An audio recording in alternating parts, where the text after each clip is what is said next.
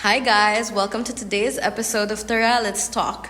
Today we're diving into Filipino traditions. I'm Lena. I'm Hazel. And I'm Anne. So tara, let's talk! So I'd like to start this off by pointing out, the elephant in the room. Tita Hazel, mano po! One of our most prominent traditions is being polite, showing politeness through mano, saying po and opo. But you guys know, I don't say po and opo to my mom or any of my relatives. Like, even if I mano, they find it weird. Like, how about you guys? What are your thoughts on the traditional way of showing respect? Nowadays, parang, as long as you don't shout, It's respectful, Yeah. no? Like, Yes.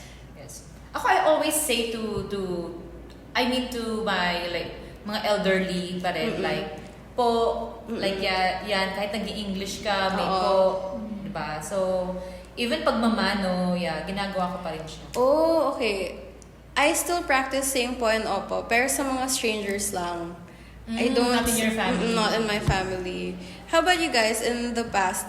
What else are the traditions that you practice? ako, Diyos ko, before, in the past, during my high school life, I have to say po every time with elders. And I have also, when there's a visitor inside our house, I have to give them like anything that we have, like kakanin. Like, just to it's- offer that's our them. tradition. Juices, like Oo. that. To show hospitality. Yeah.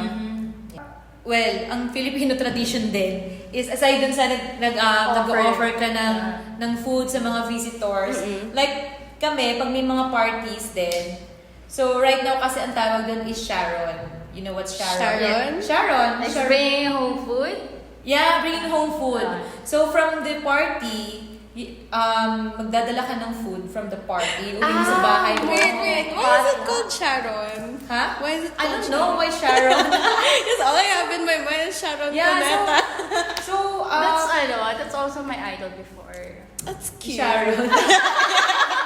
Okay. So ayun. So, yun yung isa sa mga tradition na alam ko Very na Pinoy nga, Filipino, even nasa ibang bansa, pagpunta ka ng ibang bansa, sa ibang bansa, yung mga Pilipino, gulat kami mga dalang Tupperware.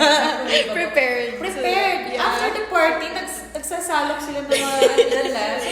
Diba? So, Para that's very tuloy, Pinoy. tuloy ang party sa, even in your own home. Yes, oo. Wait. I need to share this with you. Okay, every bare months, I actually do this every year. So, every first day of the month of September. So, nagtatayo na ako ng Christmas tree. At syempre, i-share ko yun sa lahat ng tao. So, yun. So, for me kasi, Christmas kasi is very important sa akin. So, nagtataka yung mga tao, wait, hindi pa Halloween, pero nagtatayo ka ng Christmas tree. Inuna mo na yung holiday na yan. Hindi ba? Inuna ko na. So, yun. Kasi di ba mga Filipinos nga, yung iba yung holiday spirit nila, super full swing.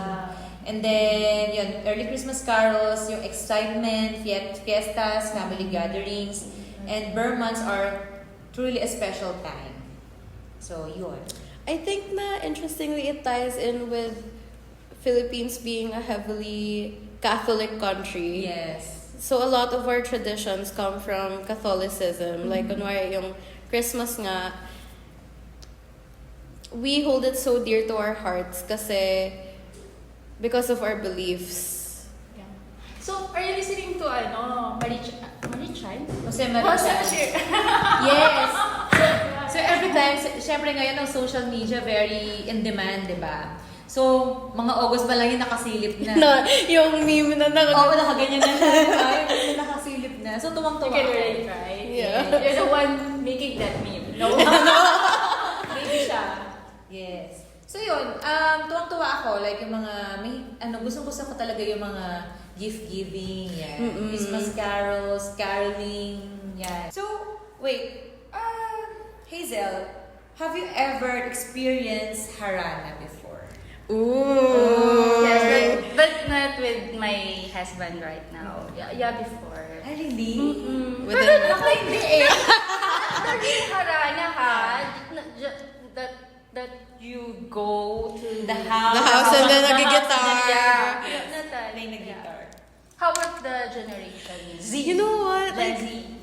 people are not as romantic as they used to be. Ah, okay. I feel like yung pinnacle ngayon na magiging similar to Harana is sending a Spotify playlist. Like, it's not as personal anymore. They're just gonna send you a song. Yeah, and they say that this I'm reminds me of dedicated to you. Ganon. Hanggang How about song you? dedications. Have you? Right now, which one? The Harana? Yeah. No. No. I never experienced Harana. But for me right now, courting right now, it's more on chatting, Yeah. texting. What We're talking na lang siya talaga. Yeah, they're talking na lang. They're and then, not practicing the same traditions of Yes. actually going to your house, offering gifts to your family. Family, maybe by sending flowers. Maybe, yeah. It's it's still a tradition. Yes. Yes, Yeah. right now. I can relate. Yes. Okay, guys, I need your opinion on something. Would you prefer if people were more traditional today? Like if they adhered more to Filipino traditions? Oh, well, I do like a mix. I want the technology now because before, if you don't know this, I know. Okay, we have this beeper. Yes, I know what a beeper Yes. is. And that's so far from our technology now. Yeah. So I wanted it mix. So The technology, but the tradition. the before, attitude because would be the same. They're very respectful, but this generation is so techy. How about you? What would you prefer the before or Okay, No. so honestly? honestly, tradition kasi connotates a lot of harmful attitudes that we practiced in the past. Like, kunwari, even though there was harana, at the same time, there was also less equality for women. 'Di ba? So, yung attitude na binibigay sa atin or binibigay dati ng men to women, it was like they were some prize that they had to earn. And the moment that they had the girl na, they treated her like property na. So it's just, what do we have to sacrifice in order Yeah. to get Yeah. the respect that now, we need? Now we're very we're very more on equality. Mm-mm. So while I agree na it would be better if mixed, I like that we are progressing more as a society. Even if we have to, sacrifice, The tradition. yes, some romanticism, whatever. Ikaw, How about Anne? you? Well, mas gusto ko yung I think mix. Or siguro yung traditional pa rin. Mm-mm. Kasi parang nakakamiss eh. Parang lahat ngayon parang ang bilis and everything. True, very Diba? fast-paced. So parang Oh, yeah. nakakamiss eh. Like parang, kunyari for example yung harana. Mhm. Diba?